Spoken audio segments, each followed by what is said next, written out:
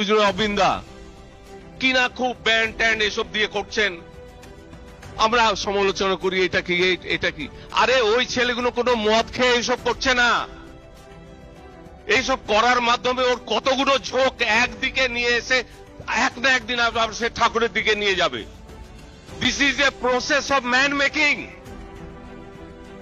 আমরা কিন্তু man making আমাদের অবজেক্টিভ, ম্যান রিমেকিং আমাদের অবজেক্টিভ।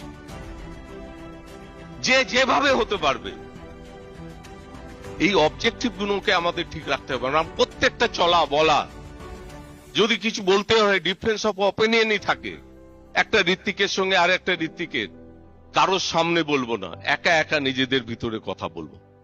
ও যদি একটা ঋত্বিকের প্রতি শ্রদ্ধা হারায়, সে আর একটা ঋত্বিক তার প্রতি শ্রদ্ধা হারাবে। ঠাকুর বলছেন কেউ যদি তোমার কাছে কারো নিন্দা করে, তুমি মনে মনে ভাববে ঠিক এই লোকটাই কিন্তু আর একটা জায়গা তোমার নিন্দা করছে।